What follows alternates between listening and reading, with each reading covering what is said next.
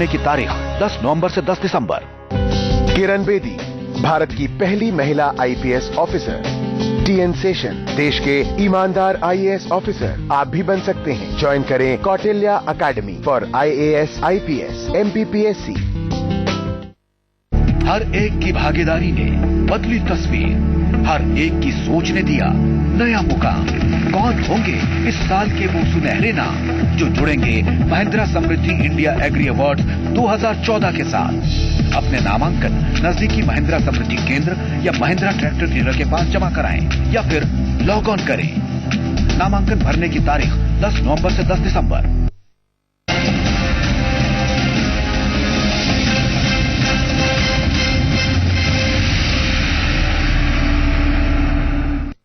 Break के बाद आपका स्वागत है। हमारे तमाम संवाददाता हमारे साथ बने। पहले कुछ तस्वीरें अपने दर्शकों को दिखा रहे हैं। तस्वीरों में आप देख सकते हैं किस तरीके से जश्न का माहौल वहां पर बना हुआ है। जैसे ही ये तस्वीरें आई कि जो रुझान है, जो लीडिंग ट्रेंड है, इसमें बीजेपी आ गए। ये तस्वीरें आप देखिए।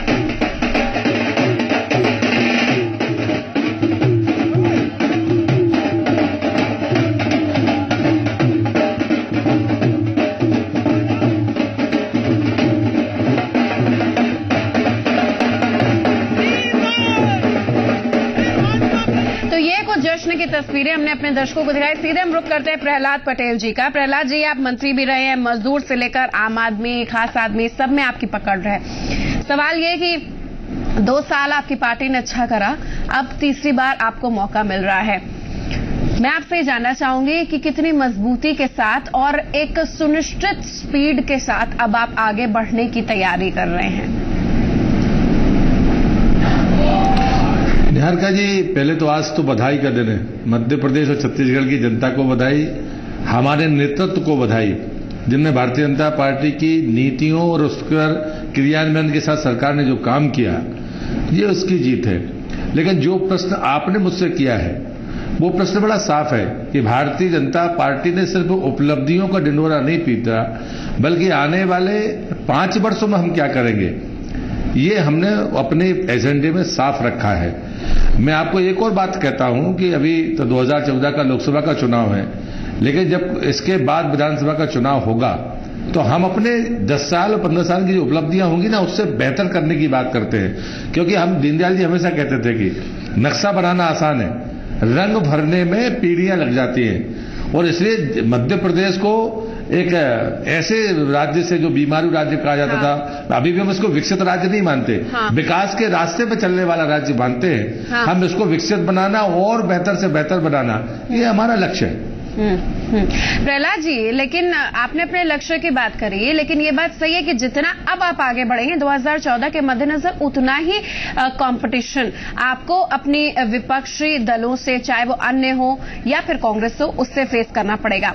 मध्य प्रदेश की मैं बात करूं तो सबसे पहले महिलाओं की सुरक्षा का मुद्दा, भ्रष्टाचार का मुद्दा, जो कैबिनेट में जो नए मंत्रियों को मौका मिलेगा उनकी छवि इस बार बेहतर होनी चाहिए। तो किस तरीके से आगे की स्ट्रैटेजी प्लानिंग आपकी पार्टी के भीतर हो रही है? और क्या ये चुनाव आप मोदी के कारण जीते जिन्होंने राष्ट्रीय मुद्दे उठाए, या फिर शिवराज सिंह के कारण जिन्होंने प्रादेशिक मुद्दों पर थोड़ा जोर दे दिया? मुझे लगता है कि जैसे मेरे जैसे लोग, हमेशा मैं अपने आराध्य परम पूज्य श्री शिवासी जी की बात करता हूं, उनकी वाणियों की। उन्होंने एक बार मुझसे प्रश्न किया था कि युग परिवर्तन का अकाट सिद्धांत क्या है, मूल सुधार या भूल सुधार? मैं आपकी बात से सहमत हूं। मूल बातें विचारधारा से आती है जो थीम के रूप में हमारे सामने है, लेकिन कुछ अगर गलतियां हमसे हुई हैं तो उनको सुधारने का काम भी पूरी ईमानदारी के साथ पार्टी के भीतर भी होता है और सरकार के भीतर भी होता है। अगर हम ये नहीं करेंगे तो ये बात आप तय मानकर चलिए कि लोकतंत्र में आम आदमी को सिर्फ इसी बात के लिए फैसला करने का अधिकार है। उदाहरण दिल्ली का बड़ा साफ है। आंदोलन तो पूरी तरह से गैर राजनीतिक था, और जब कोई आंदोलन जन आंदोलन बनता है तो उसके परिणाम निकलते हैं। श्रेय किसको मिलेगा, कौन को उसका लाभ मिलेगा, ये परिस्थितियां तय कर देती है। और इसलिए भारतीय जनता पार्टी, आपकी जो बातें आपने कही है अच्छे प्रशासन की, उसमें भी खासकर महिलाओं के बारे में, या भ्रष्टाचार से संबंधित कोई मामले हैं तो मुझे लगता है पार्टी उस मामले में हमेशा से गंभीर रही है और गंभीरता और स्वच्छता के साथ में आगे बढ़ेगी, ऐसा मेरा विश्वास।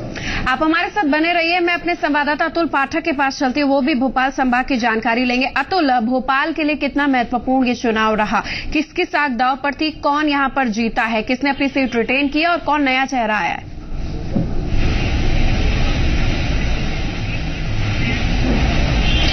नहीं, देखिए पूरे मध्य प्रदेश में जिस तरह के रुझान सामने आए हैं उससे हर जगह भारतीय जनता पार्टी के उम्मीदवारों को फायदा हुआ है। भले ही व्यक्तिगत तौर पर जनता उनसे नाराज थी, लेकिन शिवराज सिंह चौहान के नाम पर, अच्छे प्रशासन के नाम पर, सुशासन के नाम पर और नरेंद्र मोदी के नाम पर यहां पर भारतीय जनता पार्टी के कैंडिडेट्स को फायदा मिला है। मैं आपको बता दूं कि दिल्ली में जहां 4 लाख यूथ थे वहीं मध्य प्रदेश में 70 लाख युवा थे और इन युवाओं के में मोदी की लोकप्रियता का भी फायदा मिला। और भोपाल की हम बात करें तो भोपाल में बाबूलाल गौर हैं, यहाँ के मंत्री हैं, वो जीत गए हैं। उमाशंकर गुप्ता, जिन्हें कड़ा मुकाबले का सामना करना पड़ा, वो जीत गए हैं। लेकिन आरिफ बेग नहीं जीत पाए हैं।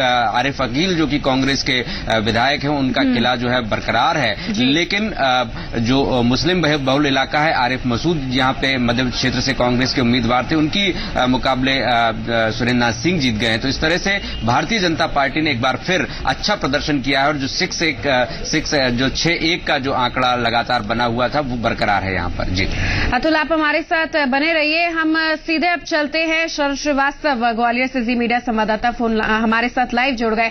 शरद, इस रियासत पर किस तरीके का रंग अब चढ़ गया है? किस तरीके से इस रियासत में प्रजा त्योहार बना रही है अपने? कौन यहाँ का राजा बन गया है?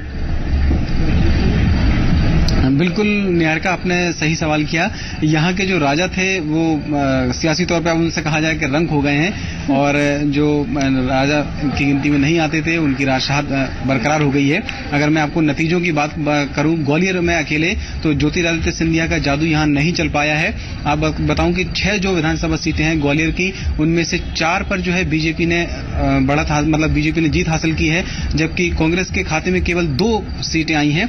हालांकि बीजेपी के लिए एक जो खराब बात ये रही कि उनके जो भितरवार विधानसभा से बीजेपी के चिकित्सा शिक्षा मंत्री थे अनूप मिश्रा, वो चुनाव हार गए हैं। अच्छा। लेकिन उसके अलावा जो गृह राज्य मंत्री थे नारायण सिंह कुशवाहा, उन्होंने जीत दर्ज की है। जयवंत सिंह पवैया, उन्होंने जीत दर्ज की है। माया सिंह जो राज्यसभा की सांसद थी, उन्होंने भी जीत दर्ज की। हालांकि उनकी जीत बहुत मामूली रही और जो कांग्रेस के उम्मीदवार थे मुन्ना लाल गोयल, उन्हें कुछ सवाल भी उठाए मतगणना को लेकर, लेकिन आखिरकार जो निर्वाचन आयोग ने जीत का जो सर्टिफिकेट है वो माया सिंह को ही दिया है। इसके अलावा ग्वालियर ग्रामीण विधानसभा क्षेत्र से भी बीजेपी ने जीत दर्ज की है। तो ये कहा जा सकता है कि यहाँ पर ग्वालियर में और ग्वालियर चंबल संभाग में ज्योतिरादित्य सिंधिया का जादू नहीं चला है। और यहाँ पर जो बीजेपी के प्रदेश अध्यक्ष नरेंद्र सिंह तोमर है, उनकी भी साख दांव पे थी, तो उन्होंने अपनी साख को बचाने में पूरी तरीके से सफलता हासिल की है। और मैं आपको बताऊं कि ग्वालियर चंबल संभाग की जो टोटल सीटें थी उनमें भी जो है बीजेपी को बढ़त हासिल हुई है। 34 विधानसभा सीटों में से 21 सीटें बीजेपी के खाते में गई हैं, जबकि पिछली बार 17 सीटें थी। तो इस हिसाब से बीजेपी को 4 सीटों का फायदा हुआ है, जबकि कांग्रेस के पास 11 सीटें गई हैं, जबकि पिछली बार कांग्रेस के पास 13 सीटें थी, तो उसे 2 सीटों का नुकसान हुआ है। वहीं बीएसपी को 2 सीटों का नुकसान हुआ है। बीएसपी के पास 4 सीटें थी, तो अब 2 ही रह गई हैं। तो ये कहा जा सकता है कि ये ग्वालियर चंबल संभाग में शिवराज सिंह चौहान और नरेंद्र मोदी के साथ साथ नरेंद्र तोमर, उन तीनों का जादू चला है। और जो ज्योतिरादित्य सिंधिया महाराजा, उनका जो असर है वो यहाँ पर नहीं चल पाया। जी सीधे हम रुक करते हैं इंदौर का। यहाँ पर 9 सीटें काफी महत्वपूर्ण थी, संवेदनशील भी थी और वीवीआईपी भी थी, जिसमें मऊ की बात करें कैलाश विजयवर्गीय अंतर सिंह दरबार का सीधा मुकाबला था। पावरफुल मंत्री हैं कैलाश विजयवर्गीय की अगर बात करूं, उद्योग मंत्री हैं। शरद, क्या इंदौर से जानकारी देंगे आप? नमकीन बटा कि नहीं वहां पर?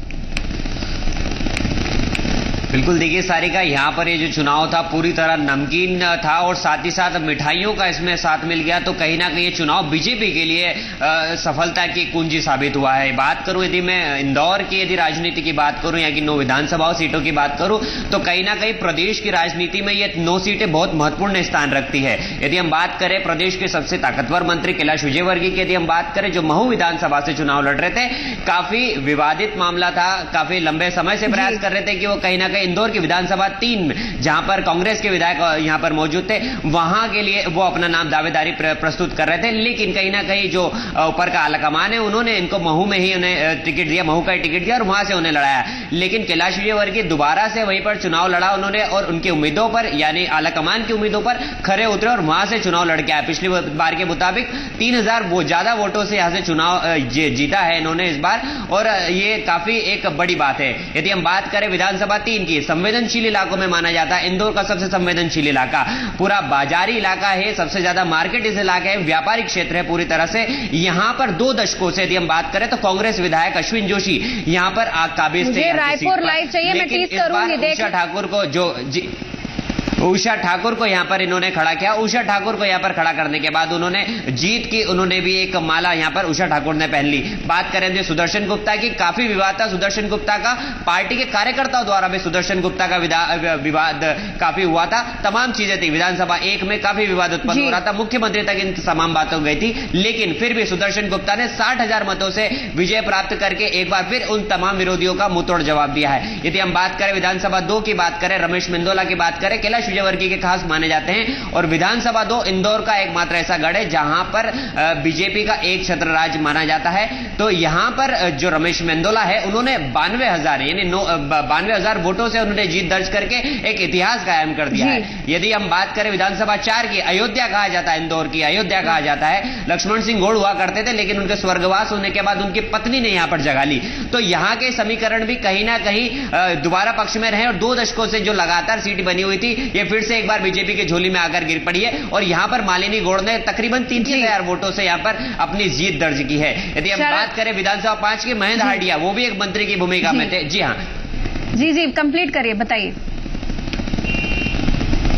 महेंद्र हार्डिया की यदि हम बात करते हैं तो महेंद्र हार्डिया भी एक मंत्री, स्वास्थ्य राज्य मंत्री थे, तो उनकी यदि हम बात करें तो काफी ये जो इलाका है विधानसभा है 5 नंबर, ये विधानसभा यहाँ पर अवैध बस्तियों को सबसे ज्यादा यहाँ पर समस्या थी। तो यहाँ पर महेंद्र हार्डिया की जो जीत का पूरा जो लक्ष्य यदि माने तो जितनी भी सरकारी योजना है वो तमाम गरीबों तक इन्होंने पहुंचाने का काम किया है। यही नतीजा है कि तकरीबन 13,000 मतों से महेंद्र हार्डिया ने पंकज संघवी जो एक उद्योगपति है उनको हराकर यहाँ पर अपनी सीट कायम रखी, दूसरी बार ये मंत्री दूसरी बार यहां पर विधानसभा 5 में काबिज हो चुके हैं। यदि हम बात करें राऊ विधानसभा की, राऊ विधानसभा में जीतू जिराती, परिसीमन के बाद पहली बार 2008 में विधानसभा बनी थी, उस दौरान जीतू जिराती को यहां पर विधायक बनाया गया था, लेकिन जीतू जिराती ने अलग संगठनात्मक काम लेने के कारण उनको खामियाजा भुगतना पड़ा इस बार, और इस बार ये सीट जो थी बीजेपी की झोली में थी, तो ये बीजेपी की झोली से निकलकर अब कांग्रेस की जीतू पटवारी की झोली में आ गई। यानी कुल मिलाकर यदि हम कहते तो जीतू पटवारी ने इन तमाम 9 विधानसभाओं सीटों में कांग्रेस की लाज बचाने के लिए इसने एक सीट जीती है, जिससे कांग्रेस की लाज यहां बची है। जी शरद, यही आपकी खासियत है, हमारे संवाददाताओं की यही खासियत है, जिस तरीके से शरद व्यास बता रहा था, फुली लोडेड था इन्फॉर्मेशन से, और इन्फॉर्मेशन हम पहले लेते तो और मजा आ जाता। बहरहाल शरद, इतनी अच्छी जानकारी आपने दी, अब थोड़ा पानी पी लीजिए। बहुत बहुत धन्यवाद आपका हमारे साथ जुड़ने के लिए। शरद श्रीवास्तव ग्वालियर से आप हमारे साथ जुड़े, आपका भी धन्यवाद। प्रहलाद जी, आप हंस रहे हैं, मैं आपके पास आऊंगी, मिठाई वाली बात हम लोग भूले नहीं है, हम फौरन लौट रहे हैं अपडेट लेकर।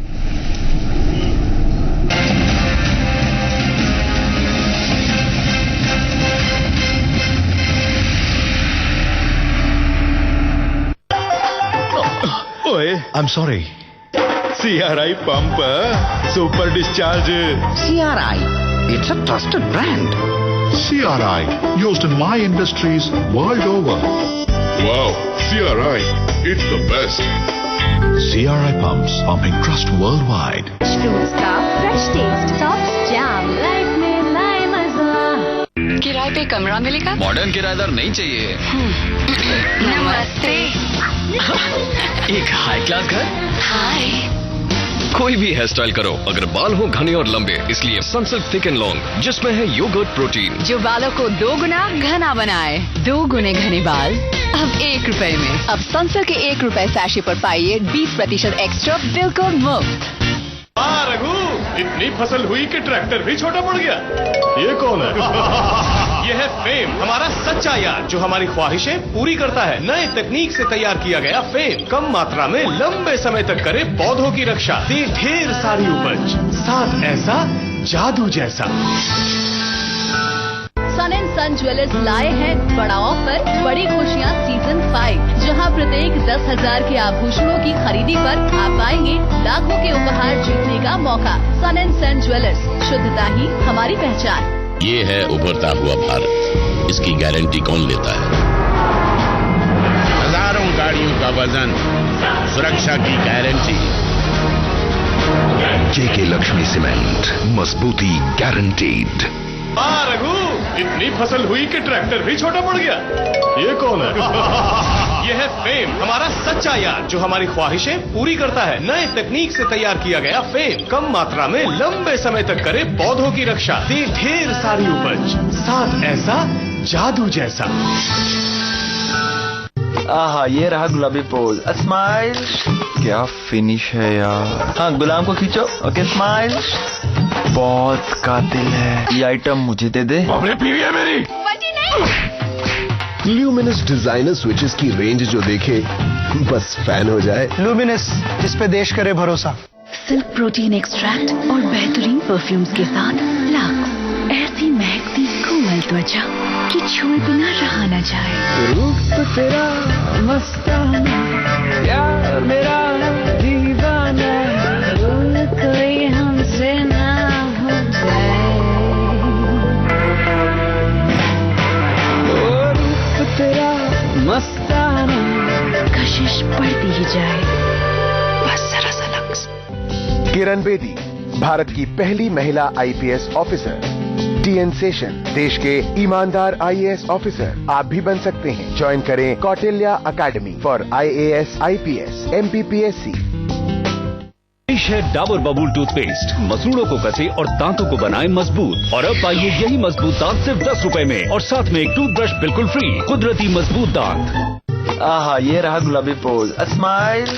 क्या फिनिश है यार। हाँ, गुलाम को खींचो। Okay, smile. बहुत कातिल है। ये आइटम मुझे दे दे। अपने पीवी है मेरी। ल्यूमिनस डिजाइनर स्विचेस की रेंज जो देखे बस फैन हो जाए। लुमिनस, जिस पे देश करे भरोसा। किरण बेदी, भारत की पहली महिला आईपीएस ऑफिसर। टीएन सेशन, देश के ईमानदार IAS ऑफिसर आप भी बन सकते हैं। ज्वाइन करें Kautilya academy for IAS, IPS, MPPSC। Fruits का फ्रेश टेस्ट, सॉफ्ट जाम, लाइफ में लाए मजा। नहीं, कुछ गर्म दिखाइए, सर्दियों के लिए। जी बिल्कुल सर, ये बॉडी वार्मर अल्टिमा है, सबसे गर्म, और मैडम और बच्चों के लिए भी अवेलेबल है। बॉडी वार्मर इतना पतला? मजाक कर रहे हो क्या? ये लल्लू पतलू में गर्मी कहां से मिलेगी?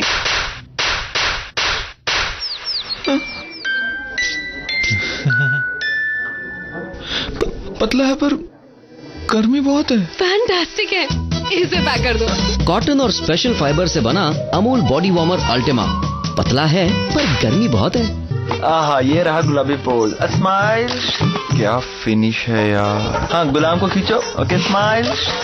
बहुत कातिल है। ये आइटम मुझे दे दे। अपने पीवी है मेरी।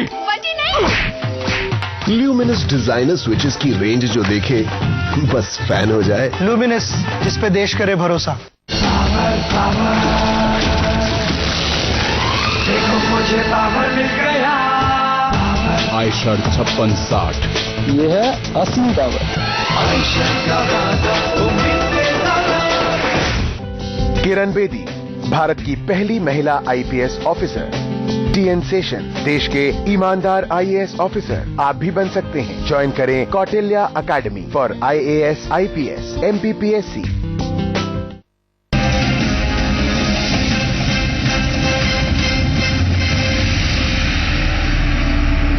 और अब बात छत्तीसगढ़ की, जहां रमन सिंह ने तीसरी बार सत्ता हासिल जैसे तैसे कर लिया है, लेकिन ये इतना आसान शुरू में नहीं दिख रहा था।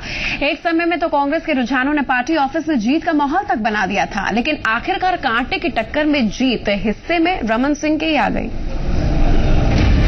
रमन ने फिर जीता जनता का मन, अंतिम वक्त तक बना रहा रोमांच। छत्तीसगढ़ में बीजेपी की हैट्रिक। दिन भर सबसे नजदीकी और कांटे के मुकाबले को लेकर एक राज्य पर निगाहें टिकी रही। ये राज्य था छत्तीसगढ़। भारी अनिश्चितता अंतिम दौर तक कायम रही। क्या इस बार बीजेपी के हाथों से छत्तीसगढ़ फिसल जाएगा?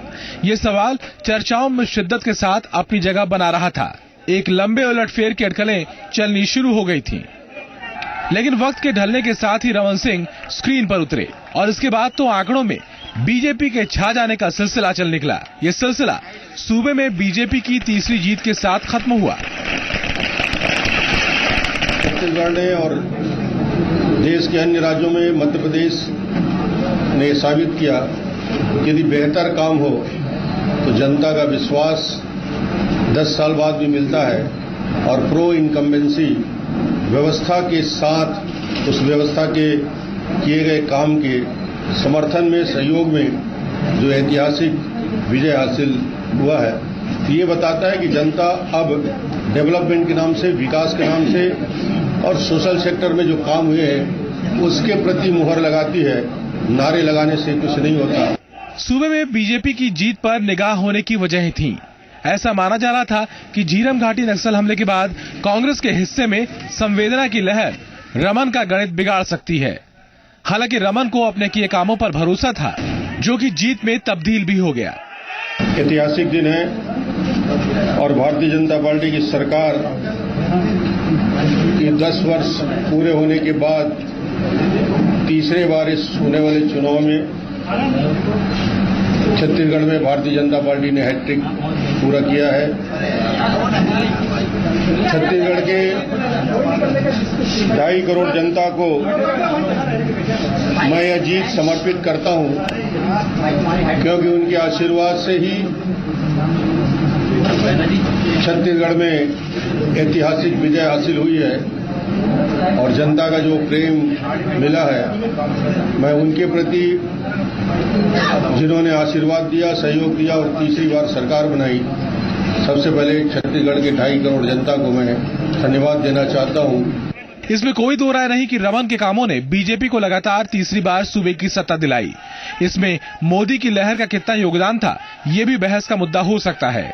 लेकिन इस सब के बीच छत्तीसगढ़ की जनता ने ये जरूर साबित कर दिया है कि उसके लिए सबसे अहम मुद्दा उसके लिए किए गए काम है। ब्यूरो रिपोर्ट, जी मीडिया। मुश्किल हालात में बीजेपी आगे निकली है। राम नाम का जप किया होगा, इसीलिए शायद कह सकते हैं कि रघुनायक जिस तरीके से उन्होंने इनकी चुनावी नैया पार करा दी। लेकिन एक पिछली बार के मुकाबले 2003 और 8 की बात करूं तो 1 सीट कम आई है, यानी कि जो पूरे नतीजे सामने निकल कर आए हैं उसमें 49 सीटें बीजेपी के पक्ष में गई हैं। देवेश तिवारी संवाददाता हमारे साथ जुड़े। देवेश, जो छत्तीसगढ़ से महत्वपूर्ण जानकारियां हमें मिल रही है कि वीआईपी कैंडिडेट्स जो खड़े होते खासतौर पर मंत्री, वो कहीं ना कहीं बच गए, जैसे बृजमोहन अग्रवाल बच गए। एक अच्छी बात यह कि अरुण वोरा जो 3 बार से हार रहे थे वो जीत गए। रविंद्र चौबे एक कह सकते हैं कि एक यहां पर एक सुपरस्टिशन है कि लीडर ऑफ ओपोजिशन हमेशा हार जाता है। रविंद्र चौबे के साथ कह सकते हैं वही हुआ। रामसेवक पैकरा जीत गए हैं। अजीत जोगी की पत्नी, उनके बेटे दोनों जीत गए हैं। इसके अलावा क्या जानकारी है, क्या महत्वपूर्ण रहा पूरे दिन? देखिए, आज सबसे रोचक चुनाव की बार देखने को मिला है, क्योंकि कांग्रेस अब तक जिन सीटों पर विजयी होती रही है उन सीटों पर पूरी तरह से शून्य देखने को मिला। बस्तर में जिस तरह से पिछले चुनाव में देखा गया था कि 11 सीटें भारतीय जनता पार्टी के पास थी और 1 सीट जो है वह कांग्रेस के पास थी, तो अब की बार उसके बेहतर प्रदर्शन की कांग्रेस ने किया है, क्योंकि नए चेहरे मैदान में उतारे गए थे। जो सामान्य चेहरे, शिक्षा कर्मी को मैदान में उतारा गया था और एक बीमा एजेंट को मैदान में उतारा गया था, तो कहीं न कहीं बहुत छोटे छोटे चेहरों को लेकर के कांग्रेस बस्तर में अपना चुनाव लड़ी थी। उसका फायदा उसको निश्चित तौर पर मिला है। राजनांदगांव में कांग्रेस पिछली बार की तुलना में अब की बार बेहतर प्रदर्शन करती नजर आई है। लेकिन सबसे बड़ी बात यहां पर यह हो गई कि कांग्रेस की ओर से जिस तरह से गड्ढे भरने के प्रयास किए जाते रहे, बस्तर पर खास फोकस किया गया, राजनांदगांव पर खास फोकस किया गया, उसकी बजाय जिस तरह से महासमुंद और बेमेतरा का जो इलाका कांग्रेस का गढ़ माना जाता था, वहां पर बीजेपी ने सुराख लगा दिए। यह कांग्रेस की हार का वजह रहा और बीजेपी की जीत के पीछे एक बड़ी वजह रही, क्योंकि सभी का ध्यान राजनांदगांव और बस्तर की ओर था और कहीं न कहीं जो मुख्यमंत्री की विकास यात्रा निकली थी वह मैदानी क्षेत्रों में कहीं प्रभावशील रही है और इसका असर अब की बार चुनाव में देखने को मिल सकता है। निहार का खासतौर पर मंत्रियों की बात की जाए तो भले ही बीजेपी सरकार बना रही हो, प्रदर्शन अच्छा कर रही हो, लेकिन अब की बार 6 बड़े मंत्री, उसके अलावा लाल बत्ती की बात की जाए तो 3 और उसमें बढ़ाया जा सकता है। इतने लोग हारे हैं। यह जीत जरूर स्वागत करने योग्य होनी चाहिए, क्योंकि भारतीय जनता पार्टी इसमें जीत हुई है। लेकिन रामविचार नेताम जैसे मंत्री जो कि सरगुजा से एक छत्र ऐसे माना जा रहा था कि रामविचार नेताम जीत करके सामने आएंगे, उनकी हार हो गई। लता उसेंडी बस्तर से हार गई। हेमचंद यादव जो पंचायत मंत्री हैं दुर्ग से अरुण वोरा को हराते रहे हैं, उनकी अब की बार चुनाव में हार हो गई है। और जिस तरह से धर्मलाल कौशिक एक मजबूत चेहरा माना जा रहा था, विधानसभा अध्यक्ष उन्हें बनाया गया था, उनके पीआर पर काफी मेहनत भी भारतीय जनता पार्टी ने की थी, बिल्हा विधानसभा क्षेत्र में उनको हार का मुंह देखना पड़ा है। तो कई बड़े चेहरे हैं जो की बार हारे हैं। इसके अलावा जो आयोग बनाए गए थे, अलग अलग आयोग के माध्यम से बीजेपी के नेताओं को मजबूती देने का प्रयास किया गया था, उनकी हार हुई है। वही कांग्रेस भी हार के मामले में बिल्कुल भी पीछे नहीं है, क्योंकि वीआईपी कैंडिडेट बहुत से मोहम्मद अकबर की बात अगर की जाए, उन्होंने पंडरिया के बजाय कवर्धा सीट को की बार चुनाव में चुना था, तो कवर्धा सीट पर उनकी हार हो गई है। जबकि वो विधानसभा में इस बात के लिए जाने जाते हैं कि तल्ख सवाल लगाते हैं और एक बड़ा चेहरा बनकर सामने आते हैं। रविंद्र चौबे की हार हो गई है। भूपेश बघेल जरूर चुनाव जीतने में कामयाब हुए हैं। तो कहीं ना कहीं अब की बार चुनाव जो है काफी रोचक रहा। सुबह से शाम तक सरगर्मियां बढ़ती रही, लगातार कम होती रही, और दिल की धड़कनें तो लगातार बढ़ती रही, क्योंकि हम पोलिंग बूथ पर चुनाव काफी सरप्राइज एलिमेंट लेकर आए। देवेश, बहरहाल जानकारी आपने दी, बहुत बहुत धन्यवाद। तो बीजेपी के लिए 49 सीटें लाना लगभग काफी मुश्किलों भरी स्थिति हो गई थी। प्रहलाद जी, मैं आपसे रिएक्शन लूंगी, लेकिन उससे पहले अतुल से इनपुट लेना जरूरी, ताकि मैं आपसे काउंटर कर सकूं। अतुल, ये बताइए कि मध्य प्रदेश में जो स्थिति सामने निकल कर आ रही है, उसमें भारतीय जनता पार्टी ने शहरी इलाकों में ज्यादा अच्छा करा है, मुस्लिम बहुल इलाके में भी बीजेपी ने अच्छा करा है। इसके अलावा बुंदेलखंड की बात करूं, जहां पर कहीं ना कहीं बीएसपी एसपी कांग्रेस का दबदबा रहता था, अगर यूपी एमपी की बात कर ले, वहां पर भी एमपी चुनाव में बीजेपी ने अच्छा करा है। लेकिन सवाल यह है कि ग्रामीण इलाके में बीजेपी पीछे क्यों रही है?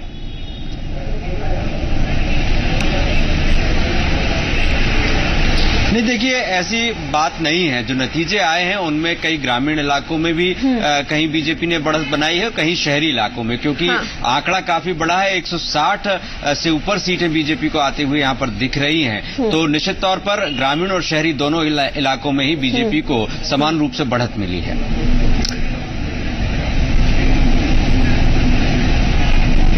अतुल, आप पूरा कर सकते हैं अपनी बात?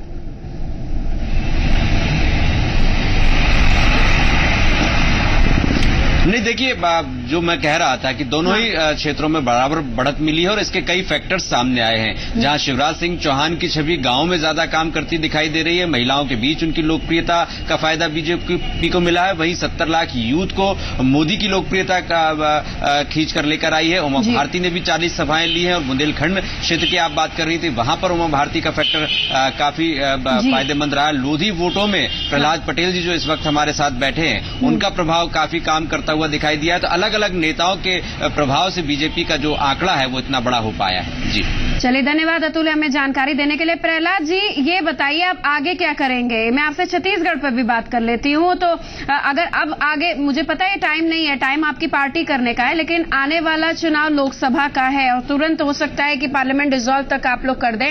यहाँ पर छत्तीसगढ़ की 11 लोकसभा सीट और मध्य प्रदेश की 29 लोकसभा सीट, इस पर किस तरीके से आपकी तैयारी रहेगी? हर वर्ग को साथ में लेकर चलना, तुष्टीकरण की राजनीति नहीं करना, और एक सेक्युलर इमेज के साथ आगे आना, क्या तैयारी, क्या एजेंडा है आप लोग का? नहीं, मुझे लगता है कि भारतीय जनता पार्टी का एजेंडा, निहारिका जी, बड़ा साफ है कि हम विकास की राजनीति, विकास के मुद्दे पर जनता से वोट मांगेंगे। जहां तक सवाल जो आरोप हम पर लगते हैं, हम अपने मुद्दों पर पूरी तरह से मुकर हैं, चाहे धारा 370 का मामला हो या अन्य मामले हो। देखिए, राष्ट्र में सिर्फ विकास के अलावा आपकी कुछ विदेश नीतियां या आपकी एकजुटता, अब पाकिस्तान के बारे में अगर आपको जवाब देना और उस बात को अगर आप ताकत के साथ नहीं कहेंगे, तो मुझे लगता है कि मनमोहन सिंह जी जैसे नेता जो देश के प्रधानमंत्री हैं, उनकी जगह पर कौन होना चाहिए, ये देश के नौजवान को फैसला करना होगा।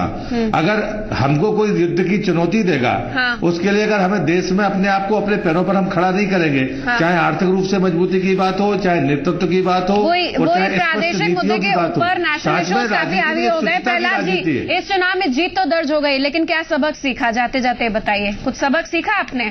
दिल्ली की अगर मैं बात कर लूं, क्या आपको ये पता लग गया कि बीजेपी कांग्रेस के अलावा कोई थर्ड फ्रंट भी होता है? नहीं, मुझे लगता है ये तो एक जन आंदोलन का परिणाम था, जिसका श्रेय केजरीवाल के नेतृत्व में आप जैसी पार्टी को मिल गया। ऐसा हो सकता है, लेकिन ये बात जरूर मैं मानता हूं, मैं एक लाइन कहता हूं, मैं जरूर मानता हूं कि आपको जनता के बीच में दिखना होगा, मुद्दे के साथ में जनता को जोड़ना होगा। ये बात भारतीय जनता पार्टी महसूस करती है। प्रहलाद जी, मिठाई मत भूलिएगा। बहरहाल हमारी टीम के लिए बहुत बहुत धन्यवाद और बहुत बहुत बधाई आपको। इस विशेष पेशकश में बस इतना ही। सिंहासन का सेमीफाइनल हम बता रहे थे, जिसमें जनादेश 2013 के मायने, किस तरीके से पॉलिटिकल पार्टी अब अपनी प्रतिबद्धता दिखाएंगी, कैसे गैर होंगी, जीत के हाईवे पर कौन आगे आएगा, क्योंकि लोकसभा चुनाव भी नजदीक है। धन्यवाद आप सभी मेहमानों का हमारे साथ जुड़ने के लिए।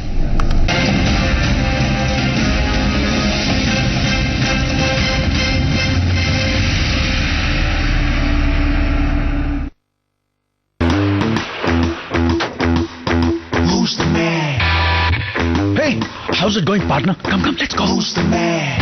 You're the man. I'm the man with the plan. I'm a journeyman going back. Renault Pulse. Life needs a pulse.